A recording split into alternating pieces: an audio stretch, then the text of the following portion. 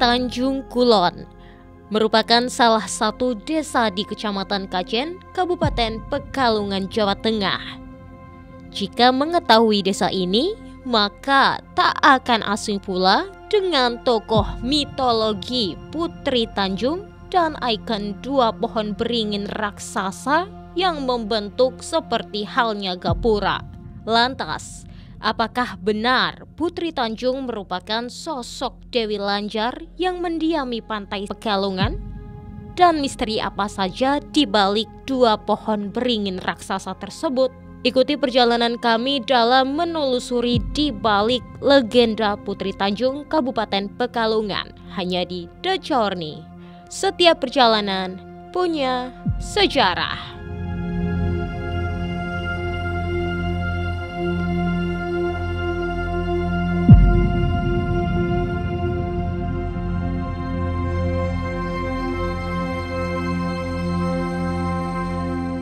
Ya, jadi bahwa Desa Tanjung Kulon itu kan awal-awalnya itu zaman dahulu ya, zaman dulu kala itu kan ada penjajahan termasuk Belanda ya, mendarat ke tanah air. Bahwa di sini ini namanya kan Pendop Agung ini. Jadi dinamakan Pendop Agung itu untuk pertemuan para sahabat-sahabat, para anggotanya. Itu asal mulanya bahwa yang dikatakan Putri Tanjung itu asal usul dari kerajaan Mojopahit. Nah, karena apa? Dari Mojopahit kok diturunkan di Desa Tanjung Kulon awalnya itu kan bahwa seorang putri itu namanya Sekar Tanjung ya. Maka Desa Tanjung Kulon itu awal-awalnya dari kedudukan putri itu. Jadi dari timur ke sini kan ke barat. Mungkin kalau misalkan dinamakan Tanjung Barat kurang luas ya. Jadi Tanjung Kulon. Jadi dari timur ke barat atau dari timur ke Mengulon. Ya disingkat Tanjung Kulon.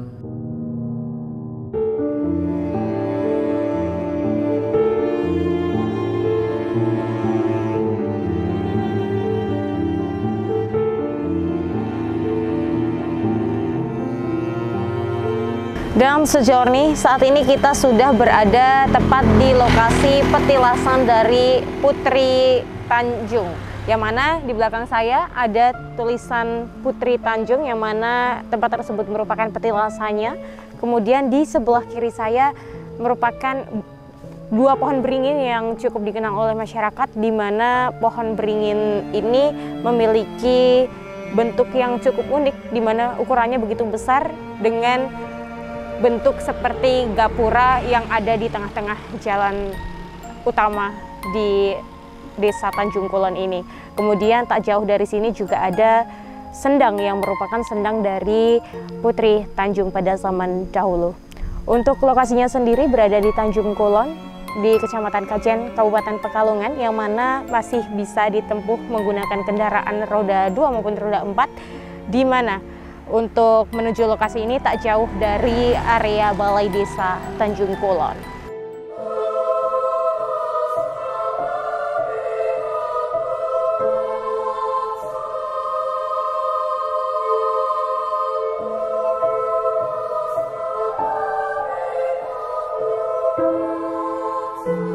Putri Tanjung itu tadi sudah dikatakan nama asli itu Sekar Tanjung. Nah, Sekar Tanjung itu kan mempunyai putri ya, namanya Sekar Kemuning. Jadi itu di situ ada Putri Tanjung. Ya, Putri Tanjung itu kan bukan sendirinya, anak dari Putri Sekar Tanjung, namanya Sekar Kemuning. Mama di situ Putri Tanjung, anak dari Sekar Tanjung.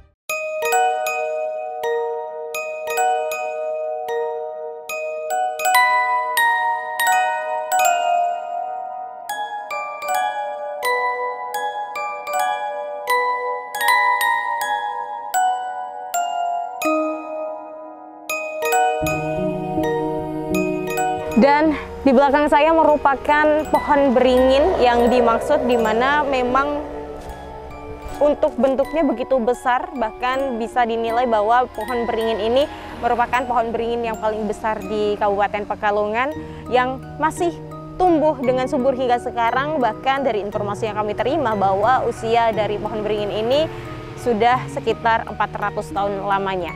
Untuk pohon beringin sendiri memang berbentuk gapura yang mana diapit di antara jalan kanan dan kiri, di mana untuk jalan ini masih bisa diakses oleh siapapun warga yang lewat. Kemudian dari Putri Tanjung sendiri asal mulanya memang ada berkaitan dengan Tanjung Kulon, yang mana Tanjung Kulon merupakan wilayah yang dibabat oleh salah satu orang bernama Ki Bedagas, yang mana mempunyai istri bernama Sekar Tanjung dan memiliki putri bernama Putri Sekar Kemuning, yang mana untuk masyarakat sendiri menyebutnya adalah Putri Tanjung dengan arti adalah putri dari Sekar Tanjung. Untuk Putri Sekar Tanjung sendiri banyak orang yang mengaitkan bahwa Putri Sekar Tanjung merupakan orang dari kerajaan yang begitu cantik rupanya sehingga memiliki banyak ketertarikan. Bahkan banyak adipati-adipati yang zaman dulu berusaha melamar namun ditolak, dan konon untuk di sekitar sini banyak pula ditemukan perhiasan maupun emas zaman dulu yang merupakan lamaran dari para adipati yang ditolak oleh Putri Tanjung tersebut.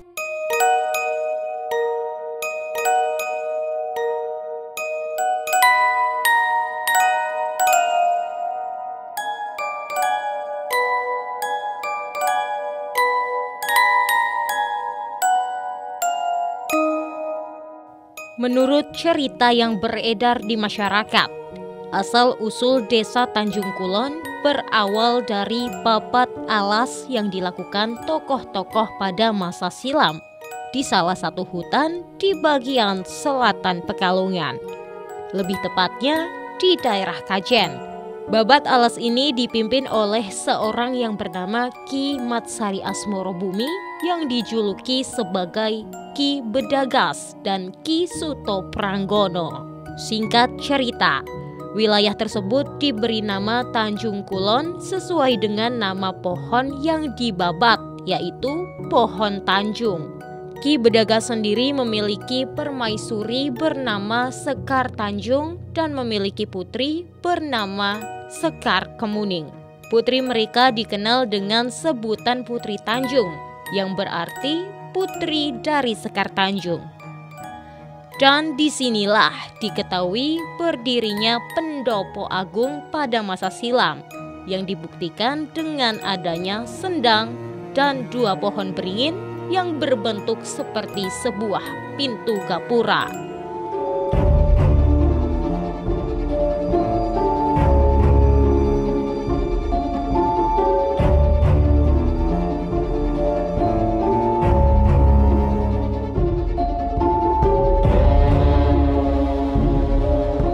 Terus wilayah Pekalongan khusus ing Dukuh Tanjung, Desa Tanjung Kulon mriki niku boleh dikatakan kathah dunyane nggih.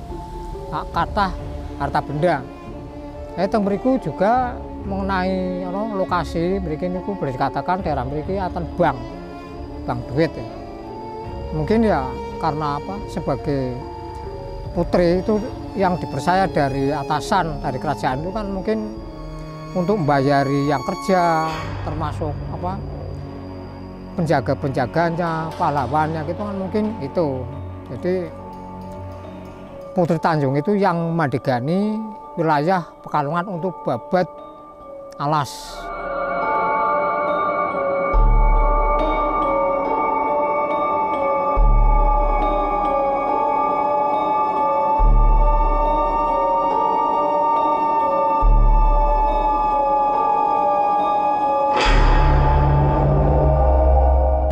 Meskipun berada di area jalan utama dari Desa Tanjung Kulon, namun untuk menuju ke pendopo Putri Tanjung ini memang tidaklah sembarangan, di mana untuk masyarakat dengan tujuan tertentu maka dipersilakan untuk izin terlebih dahulu kepada juru kuncinya, karena memang ada beberapa syarat-syarat yang perlu diberlakukan untuk masuk ke dalam area ini. Dan untuk para masyarakat yang melewati area pohon beringin ini, karena memang lokasi ini adalah lokasi yang cukup tua dengan pohon-pohon yang begitu usianya sudah ratusan tahun, maka dimohon untuk selalu jaga sikap dan senantiasa untuk berdoa setiap melewatinya.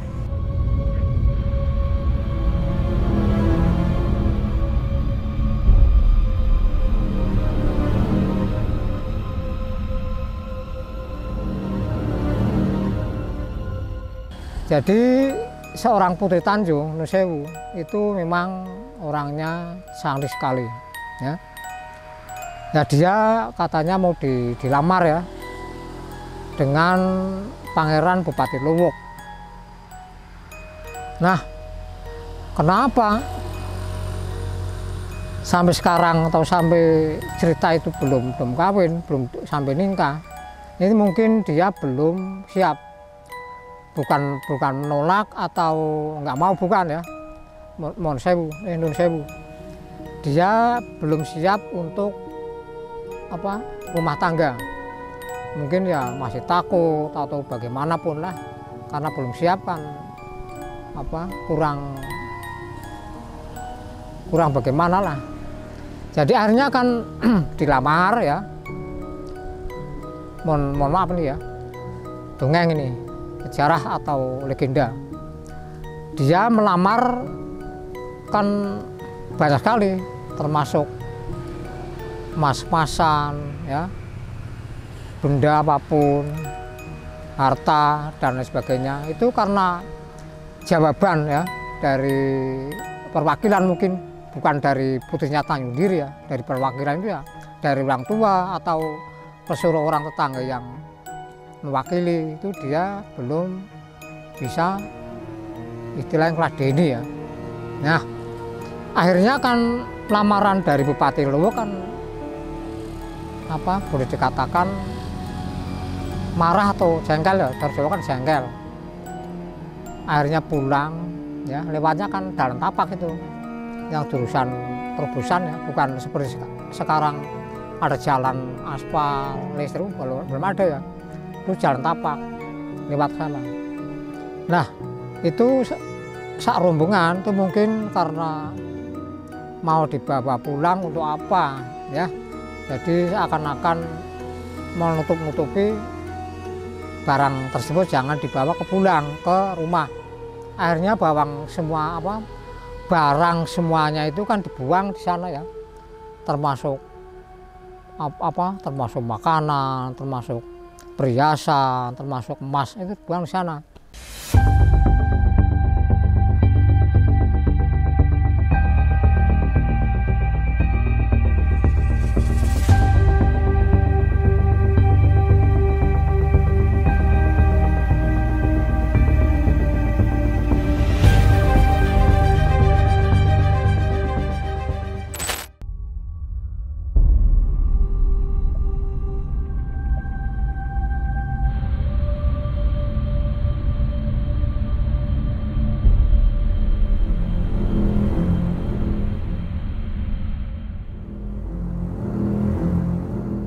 Konon, Putri Tanjung memiliki paras yang begitu cantik, Sehingga tak heran banyak adipati dari pelosok negeri yang terpana akan kecantikannya. Namun tidak satupun yang berhasil mempersunting Putri Tanjung sebagai istri. Bahkan diketahui banyak perhiasan dan emas yang dibuang oleh Putri Tanjung atas penolakannya. Ada yang menyebutkan Putri Tanjung hingga tua tidak menikah. Ada pula yang menyebutkan berpisah dengan suaminya saat masih muda. Peristiwa inilah yang membuatnya dijuluki sebagai Dewi Lanjar. Lanjar merupakan sebutan bagi seorang perempuan yang hidup sendiri tanpa seorang pasangan. Sebagian meyakini bahwa Dewi Lanjar pergi ke pantai selatan dan memiliki keraton gaib, tepatnya sebelah Sungai Selamaran, Kota Pekalongan. Sebagian masyarakat lainnya meyakini bahwa Dewi Lanjar hanyalah tokoh tidak nyata atau biasa disebut dengan tokoh mitologi.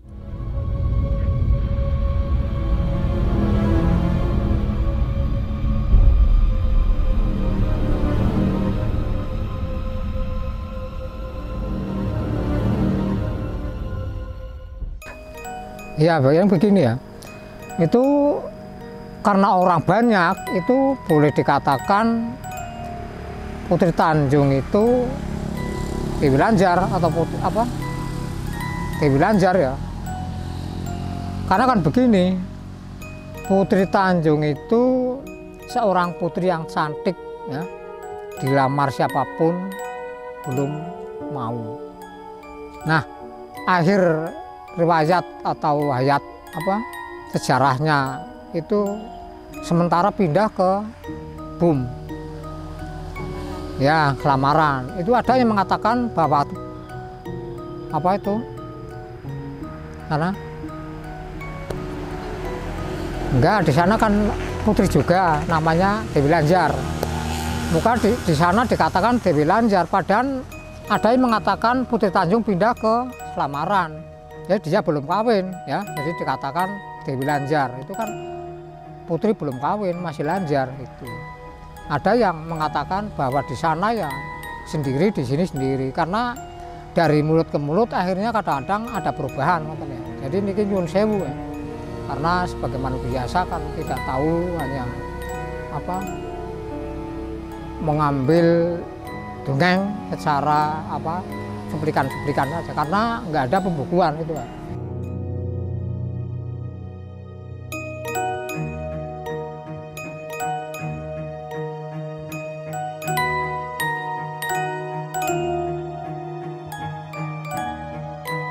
Dalam sejourney saat ini kita sudah sampai di area Sendang yang mana tak jauh dari pendopo Putri Tanjung, tepatnya berada di bawah pohon beringin yang ada di salah satu samping jalan tersebut. Kemudian untuk kondisinya memang tidak terlalu besar, namun untuk airnya begitu jernih, walaupun ini sudah banyak dipakai oleh warga. Bahkan konon masyarakat percaya bahwa Sendang ini dulunya merupakan tempat pemandian dari Putri Tanjung dan teman-temannya. Kemudian untuk sekarang banyak juga masyarakat yang mempercayai untuk Sendang ini memiliki manfaat yang begitu luar biasa, tergantung tujuan dari masing-masing masyarakat. Bahkan ada yang sampai bermalam di sini.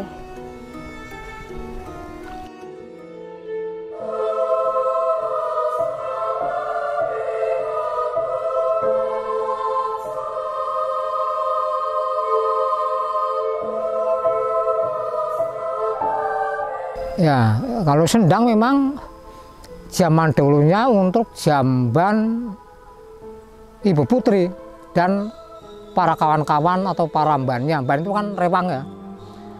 Nah, awalnya itu karena mungkin pohon beringin itu sudah lama sekali.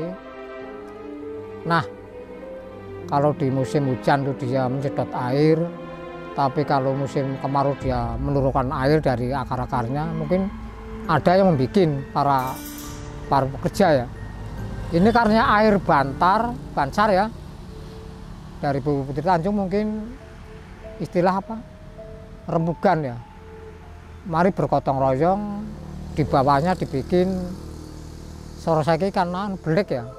Belik kan lokasi bundar untuk mandi di bawah pohon, nah ini namanya belik.